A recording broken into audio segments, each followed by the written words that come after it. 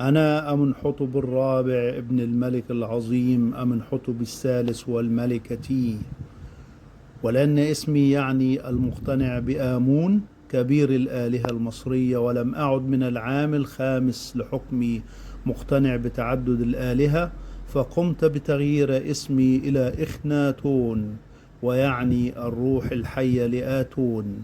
فأنا أول ملك في التاريخ الإنسانية ينادي بالوحدانية، وأنا أول فرعون يلغي عبادة آلهة متعددة، وقلت بأن خالق الكون والكائنات هو الخالق الواحد الأحد.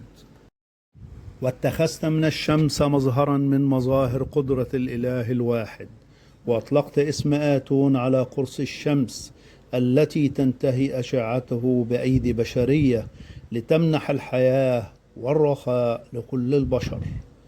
وهجرت طيبة برغم ما كان لها من السيادة والأبهة لأبتعد عن كهنة آمون، وأقمت عاصمة جديدة تبعد كثيرا عن طيبة وأسميتها أخيتاتون، أي أفق آتون. وفي الفن كسرت كل الأساليب التقليدية الراسخة، فلا مكان للمثالية الصارمة، بل الفن بل أكثر واقعية.